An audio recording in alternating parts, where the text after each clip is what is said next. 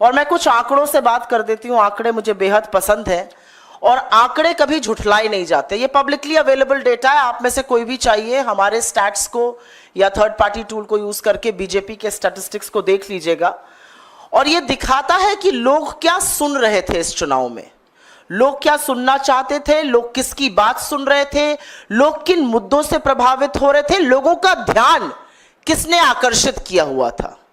मैं आपको पहले डेटा देती हूं YouTube का, क्योंकि मेरा मानना है और तमाम लोगों का भी मानना है कि सोशल मीडिया के जितने भी प्लेटफॉर्म्स थे उसमें सबसे जरूरी प्लेटफॉर्म इस बार YouTube था, क्योंकि वीडियो की बहुत खपत थी और YouTube जिस तरह से गूगल लोडेड आता है बहुत बहुत ज्यादा प्रचलित था।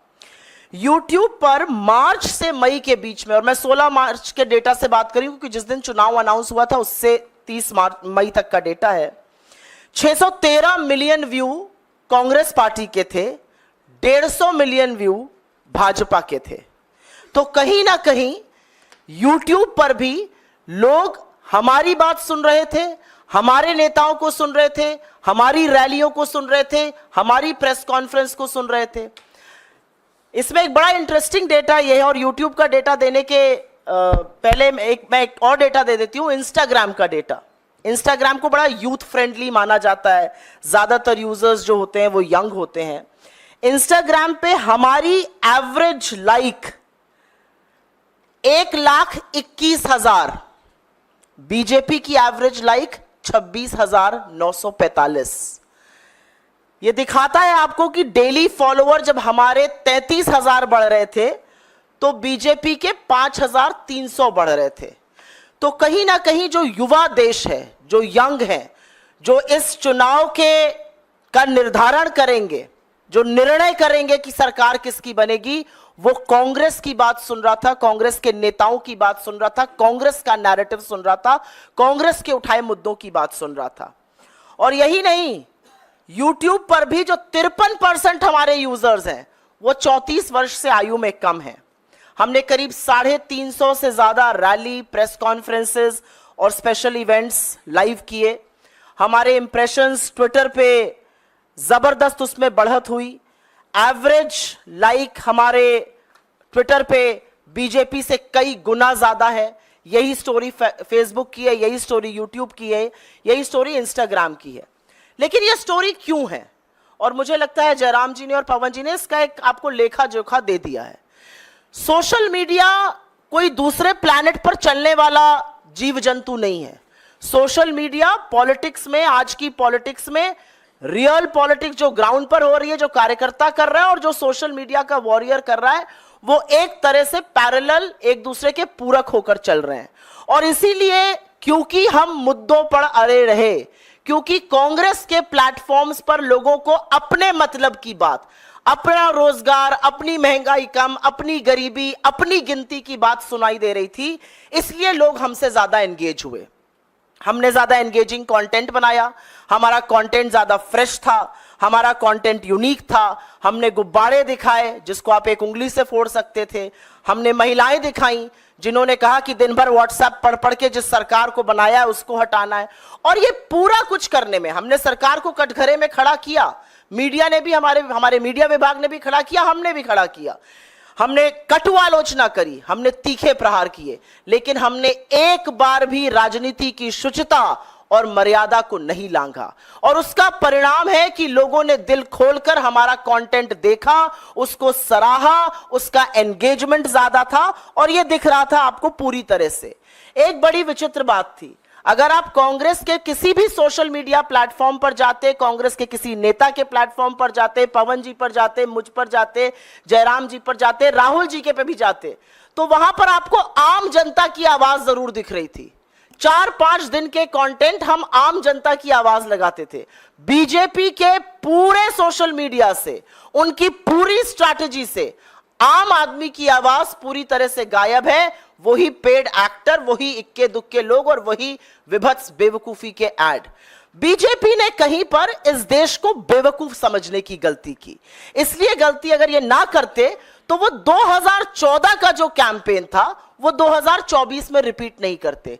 कोई फ्रेशनेस नहीं। आपने एक एक्टर हायर कर लिया, उसको किसी राजनेता जैसा लगा दिया, उससे बेवकूफी के बयान आप कहलवाते जा रहे हैं। ये बहुत बोर हो चुकी है जनता। एंगेजमेंट दिखाता है कि जनता क्या सराह रही है और क्या नहीं। ऐसे भी दिन हमने देखे जब गृह मंत्री को 4 लोग सुन रहे थे, मोदी जी को 400 लोग बीजेपी के प्लेटफॉर्म पर सुन रहे थे, और 4-4 लाख से 40 लाख लोग हमारे नेताओं को यूट्यूब प्लेटफॉर्म्स पे सुन रहे थे। हमने रियल टाइम फैक्ट चेक किया, बखिया उधेड़ी, कलई खोली बीजेपी के और मोदी जी के हर झूठ की। लेकिन हां, मैं यहां पर पूरी तरह से धन्यवाद, साधुवाद देना चाहती हूं अपनी लीडरशिप का। हमारे अध्यक्ष राहुल जी, प्रियंका जी, सब लोग, जयराम जी, हम लोग मुद्दों पर डटे रहे। हम बिल्कुल भी डिस्ट्रैक्ट नहीं हुए। हमारा मुद्दा महंगाई था, बेरोजगारी था, आर्थिक असमानता था, महिला सुरक्षा था, बदहाल किसान था, मजदूर जो मजबूर है वो था, और हमारा इशू था हाशिए पर जो लोग हैं वो मुख्य धारा में आए। क्योंकि हमने वो बात करी, लोगों ने हमारी बात सुनी। असलियत यह है कि मोदी जी मंगलसूत्र और मुजरे की बात कर रहे थे, राहुल गांधी अग्निवीर और किसान की बात कर रहे थे। मोदी जी अपने परमात्मा होने का प्रूफ दे रहे थे दुनिया को। राहुल जी पूछ रहे थे कि पोर्श से अगर एक लड़के से एक्सीडेंट हो जाता है, उसको 300 शब्दों का निबंध लिख के छोड़ दिया जाता है। कोई ड्राइवर से होता है तो उसको 10 साल के लिए जेल में क्यों डाल दिया जाता है। तो लोगों को समझ में आ रहा था कि कौन मुद्दे की बात कर रहा है, कौन लेखा जोखा दे रहा है, किसके पास भविष्य का एक खाका, भविष्य की एक रणनीति है। और उसी के चलते ये कैंपेन सक्सेसफुल थी। तमाम जगहों से सराहना आई, लेकिन सबसे ज्यादा सराहना जब आप फील्ड पर जाते हैं, जब लोग आपसे मिलते हैं और लोग आपका कंटेंट आपको कोट करते हैं, वो सबसे बड़ी सराहना होती है। मेरा अपना मानना है कि पूरी टीम ने मिलकर काम किया। Social media department, media department, हमारा वॉर रूम, राहुल जी की जो कम्युनिकेशन टीम है, हम सब ने मिलकर काम किया और एक अच्छा नैरेटिव तय किया। और असलियत यह है कि 2024 के चुनाव का नैरेटिव कांग्रेस पार्टी ने, कांग्रेस की लीडरशिप ने तय किया और मजबूर किया मोदी जी को।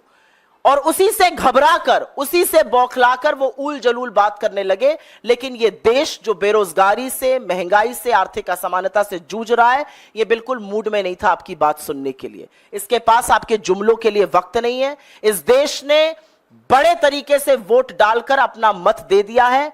मैं आज ही उत्तर प्रदेश से लौटी हूं और पुनः वापस जा रही हूं अपना वोट डालने, और दावे के साथ कह सकती हूं, चौंकाने वाले प्रमाण आपको, जिसको तथाकथित बीजेपी का गढ़ कहा जाता है, वहां से आने वाले हैं। और इसलिए आ रहे हैं क्योंकि लोगों को एक उम्मीद, लोगों को एक भरोसा, लोगों को एक आशा हो चुकी है हमारा प्रचार प्रसार, हमारा कैंपेन, हमारी लीडरशिप की बात सुनकर, कि एक नेता सामने ऐसा है जो आंख में आंख डालकर आपसे सच बात कर रहा है, जिसको स्क्रिप्टेड इंटरव्यूज की, जिसको धनबल की, जिसको एजेंसी की, जिसको 80-80 इंटरव्यू की जरूरत नहीं है। वो सीधे आपसे बात कर रहा है। उसने एक भी इंटरव्यू नहीं किया, 80 इंटरव्यू साहब ने किए, एक भी नैरेटिव नहीं बना पाए।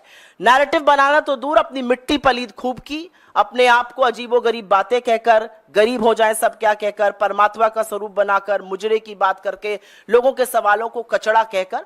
मेरा अपना मानना है कि जनता ने मन बना लिया है और एक पूरी टीम की तरह हम जो हासिल कर पाए प्रचार प्रसार के माध्यम से बहुत अच्छा था। और मुझे पूरी आशा और विश्वास है कि 4 जून को यह परिणाम में तब्दील होता हुआ जरूर दिखेगा।